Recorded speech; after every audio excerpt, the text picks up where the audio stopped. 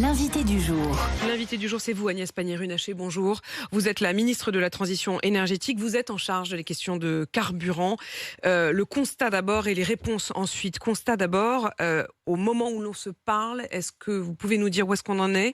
Combien de stations en tension? Combien de stations à sec? Et quels sont les départements les plus touchés? Alors, d'abord, je veux dire ce qu'on a déjà fait. C'est-à-dire qu'on a demandé en décembre aux opérateurs d'augmenter les stocks. Et notre niveau de stock est très élevé aujourd'hui en France. Les sujets que nous avons, c'est des sujets de logistique, d'approvisionnement. La deuxième chose, c'est que nous libérons des stocks stratégiques en appui depuis le début du mois de mars. Et on débloque les dépôts, puisqu'en fait, nos difficultés, elles sont liées moins à des grèves, enfin, elles sont liées et à des grèves et à des blocages, mais à des blocages de l'endroit où nous avons nos stocks où sont les stocks pour livrer les stations-service. En termes de chiffres, la profession faisait un point ce matin sur une autre antenne. 15% des stations-service sont aujourd'hui en rupture d'un ou de plusieurs produits. Ça veut dire que 85% des stations-service fonctionnent bien au niveau national. Ensuite, la situation géographique est diverse. 3 régions sont plus en difficulté. La Bretagne, les Pays de Loire et PACA. Un petit peu le pourtour de l'Occitanie proche de la mer, le pourtour du littoral. Dans le coin de Montpellier, de Béziers? Voilà, tout à fait, Narbonne, enfin, voilà. Port-la-Nouvelle, en l'occurrence, où est le dépôt. Et par rapport à ça, nous avons les pétroliers qui s'emploient à continuer à approvisionner depuis les dépôts. On n'a qu'une dizaine de dépôts qui sont bloqués. Sur combien? Sur 200. 200 dépôts qui fonctionnent aujourd'hui. Donc il y a la question des raffineries et il y a la question des dépôts. Sur les dépôts, une dizaine de dépôts donc qui sont bloqués. Il y a eu les forces de l'ordre qui sont intervenues cette nuit pour débloquer l'accès à la raffinerie de Gonfreville, qui est donc la plus grande raffinerie du pays. C'est celle qui alimente toute l'Île-de-France. Est-ce que ça va changer quelque chose? Est-ce que, au moment où on se parle, ça y est, du carburant sort de la raffinerie de Gonfreville? Alors, tout à fait. C'est-à-dire que le pompage, puisque c'est un des endroits où on injecte dans les grands tuyaux qui permettent d'acheminer du carburant, notamment en zone francilienne, a démarré tout à l'heure. Ça se passe bien pour le moment. Je veux rappeler que ce sont des réquisitions qui sont ultra ciblées. On parle de 3 à 4 personnes toutes les 8 heures. Et 3 à 4 salariés. 3 à 4 salariés qui sont formés et qui doivent prendre leur service et qui se sont mis en grève. Et nous faisons des réquisitions très, très ciblées pour les Français. Ce sont vraiment dans les situations ultimes de blocage que nous mettons en place ces réquisitions. Notre sujet, c'est vraiment d'agir pour les Français. Mais ça veut dire qu'au moment où l'on se parle, et je voudrais vraiment que tous ceux qui nous écoutent puissent le comprendre, Agnès Pannier-Runacher, vous nous dites que la région Île-de-France ne connaîtra ni tension ni pénurie. Ce que je vous dis, c'est qu'aujourd'hui, le pompage a redémarré et que ça permet effectivement d'approvisionner à la fois la région Île-de-France, mais également à la hauteur des nécessités. Oui, parce que c'est un pipeline qui est très puissant, donc il est important qu'il puisse fonctionner. Il faut avoir en tête que la meilleure façon d'approvisionner les stocks intermédiaires qui permettent de servir ensuite les stations-service, c'est dans ces pipelines et de pousser ce qu'on appelle le carburant. C'est un grand tuyau. Vous avez évoqué au début de cette interview, Agnès Pannier-Runacher, les stocks stratégiques. Concrètement, ça veut dire quoi? Ça veut dire que ce sont des stocks que l'État a en prévision de blocage. C'est une des leçons peut-être que vous avez retenues de ce qui s'était passé à l'automne. Pour autant, vous nous dites que ces stocks-là, eux-mêmes, sont bloqués. Non, c'est-à-dire qu'aujourd'hui, on a 3 à 4 mois de stock sur l'ensemble de la France, des stocks qui sont directement pilotés par les professionnels et des stocks qui sont directement pilotés par l'État.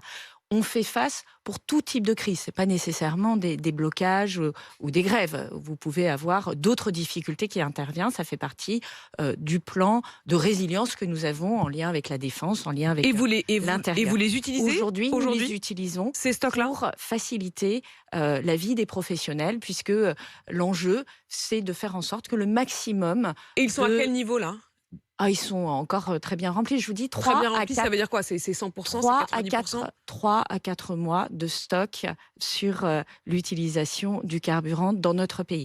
Le sujet, c'est pas les stocks. Le sujet, c'est la logistique, très simplement. La logistique et le fait que ça arrive aux bonnes personnes. Je voudrais que vous puissiez écouter le témoignage qu'on a eu ce matin d'Ibrahim. Il est infirmier libéral dans les Alpes-Maritimes. Il nous a appelé ce matin au 32-16. Il devrait, normalement, officiellement, pouvoir accéder aux stations qui sont réquisitionnées pour le personnel d'urgence. Et pourtant, ce matin, vous allez l'entendre, il ne pourra pas aller voir certains de ses patients. Oui, moi j'ai fait 8 stations ce matin. Je me suis levé à 3 heures pour essayer de trouver de l'essence, impossible. Donc ça va être déprogrammation des patients pas urgents. Ceux qui peuvent se déplacer au cabinet vont venir au cabinet. Et puis le reste, on va essayer d'assumer, mais c'est très compliqué en fait. Parce qu'il dit qu'en fait ces stations, elles ne sont pas suffisamment nombreuses. Est-ce qu'il faut davantage de réquisitions de stations pour des professionnels, notamment les professionnels de santé comme Ibrahim? Alors, effectivement, nous demandons au préfet de suivre de très près la situation parce qu'elle est très diverse sur le territoire. Et encore une fois, je le redis, il y a des tensions dans certains départements. Ça se passe très bien dans la plupart des départements. Je veux le redire pour rassurer ceux qui nous écoutent. Oui, mais bon, les malades d'Ibrahim, honnêtement... Tout à fait, mais c'est pour ça que eux, si vous leur dites ça va mieux... Apolline de Malherbe, c'est précisément pour ça que nous avons réquisitionné d'épée Fos-sur-Mer, le site de Fos-sur-Mer, pour pouvoir approvisionner. Est-ce qu'il faut et baisser agrandir le nombre de stations réquisitionnées pour les soignants? Et baisser la tension sur les stations-service. Et effectivement, nous sommes en train de faire, enfin, les préfets, au cas par cas, font des files spécifiques pour les véhicules de service, les pompiers, les policiers, évidemment les infirmiers, tous les professionnels de santé, et ils ajustent le nombre de stations-service concernées par ça. Qu'est-ce que vous dites à tous ceux qui nous écoutent et qui se disent qu'ils vont aller faire leur plein aujourd'hui, demain, ce week-end? Je vais d'abord dire que je comprends que la lassitude qu'ils peuvent avoir à attendre à la station-service pour faire leur point. Je veux dire aussi à ceux qui n'en ont pas besoin de ne pas perdre de temps à la station-service. Encore une fois, des stocks, on en a. Et le fait de rajouter de la demande à la demande, ça va allonger les files d'attente pour ceux qui en ont vraiment besoin. Nous avons 85% des stations-service qui fonctionnent, 15% qui ne fonctionnent pas, des tensions fortes dans certains départements. Et en fait, c'est l'accumulation de la demande qui aussi allonge ces temps de pompage dans les stations-service. Le plus on fluidifie collectivement, le mieux ce sera pour l'ensemble des Français qui aujourd'hui, et j'en suis très consciente, ont besoin de carburant pour aller travailler, pour aller accompagner leurs enfants, pour aller voir leurs parents. Tension aujourd'hui, hausse des prix demain, Charles? Et on a Olivier justement qui s'inquiète sur Direct Studio, qui dit du carburant déjà il faut en trouver, mais à quel prix? Est-ce que vous surveillez le fait que certains ne profitent pas de la crise pour augmenter les prix? Oui, c'est effectivement surveillé par le ministère des Finances et de l'Économie. Vous savez que la Direction générale de la consommation, de la concurrence et de la répression des fraudes a cette mission de s'assurer du correct... Mais pour l'instant, vous ne l'avez pas constaté. Il y a pas de Pour le moment, je n'ai pas de remontée qui m'ait été faite. Je dirais qui montrerait que structurellement, on voit une envolée des prix qui ne serait pas justifiée par la réalité des coûts de logistique, puisque ce type de situation augmente les coûts de logistique. On fait les camions citernes ne circulent plus. Pas nécessairement parce que dans le même temps, vous savez que le prix du carburant mondial, enfin le prix du pétrole mondial a baissé. Donc on peut avoir un effet de rééquilibrage. En tout cas, je le souhaite tout à fait. Voilà pour le constat, voilà pour la carte donc du carburant. Un mot, Agnès Pannier-Runacher, sur les images de violence et de radicalisation des manifestations hier. Beaucoup de manifestants disaient ne plus tant manifester contre la réforme des retraites que contre Emmanuel Macron. Est-ce que vous voyez cette radicalisation? Est-ce que vous vous dites peut-être qu'il y a des choses qu'on aurait dû faire autrement, ou alors peut-être qu'il est encore temps de changer quelque chose? Moi, ce que je veux dire, c'est que notre souhait, c'est d'être dans l'apaisement. Encore une fois, cette réforme des retraites, c'est des efforts qui nous sont demandés à tous. Par construction, ce n'est pas une réforme populaire. Si le président de la République a porté cette réforme, c'est aussi parce qu'en responsabilité, on fait le constat et qui est malheureusement imparable, qui va avoir beaucoup plus de retraités demain qu'aujourd'hui. Et donc ça peut continuer, chacun va camper sur ses positions. Vous avez pu voir qu'on a multiplié, on va passer 10 millions de retraités à 20 millions de retraités. On n'est pas en train d'augmenter le nombre d'actifs qui travaillent, et notre système de retraite, auquel nous sommes collectivement très attachés, c'est que les actifs, les gens qui travaillent, mais est-ce que la journée d'hier, qui est quand même un tournant, change quelque chose? Je vais vous répondre. Ce qui change, c'est que nous sommes au travail aujourd'hui. Nous voulons apporter des solutions, parce que dans la colère qui se manifeste, cette colère, moi j'ai été sur le terrain, je suis allée à la rencontre il y a 3 semaines sur un marché à Méricourt dans le Pas-de-Calais. On est au cœur du bassin minier. Les gens vous parlent des retraites, mais assez vite ils vous parlent de pouvoir d'achat, il vous parle d'école, il vous parle de déserts médicaux, il vous parle de comment on va faire face au manque d'eau. Et donc, c'est ces sujets-là aussi qu'il faut traiter.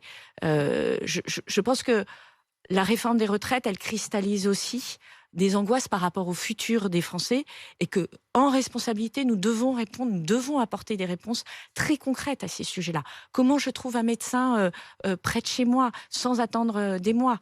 Comment je suis sûre que mon enfant a son prof qui est remplacé dans les temps? On en est bien conscient de tout ça, Agnès Pannier-Runacher. aussi... Ça fait 5 ans qu'on parle de ça, mais là, je vous interrogeais spécifiquement sur les violences d'hier. Vous revenez 5 ans en arrière sur tous les problèmes du pays, je suis bien d'accord, mais c'est vrai que la journée d'hier, elle est quand même très spécifique. Et je suis étonnée qu'il n'y ait pas une réponse précise sur cette journée d'hier. Mais la réponse, elle est justement d'apporter des solutions collectivement aux Français. Et depuis 5 ans, nous n'y sommes employés. Je rappelle qu'on a renforcé les services publics, on a remis de l'argent dans la santé. Tout ça prend du temps, mais nous devons absolument avoir des résultats très rapide, et c'est sur ça que travaille la Première ministre et le gouvernement autour d'elle. Et en attendant, vous remettez au moins de l'essence dans les tuyaux, puisque vous nous le dites ce matin, et c'est ce qu'on retient aussi de votre intervention, l'approvisionnement de l'Île-de-France a donc repris ce matin. Merci Agnès Pannier-Runacher d'être venue dans ce studio, vous qui êtes la ministre de la Transition énergétique. Il est 7h52. Merci.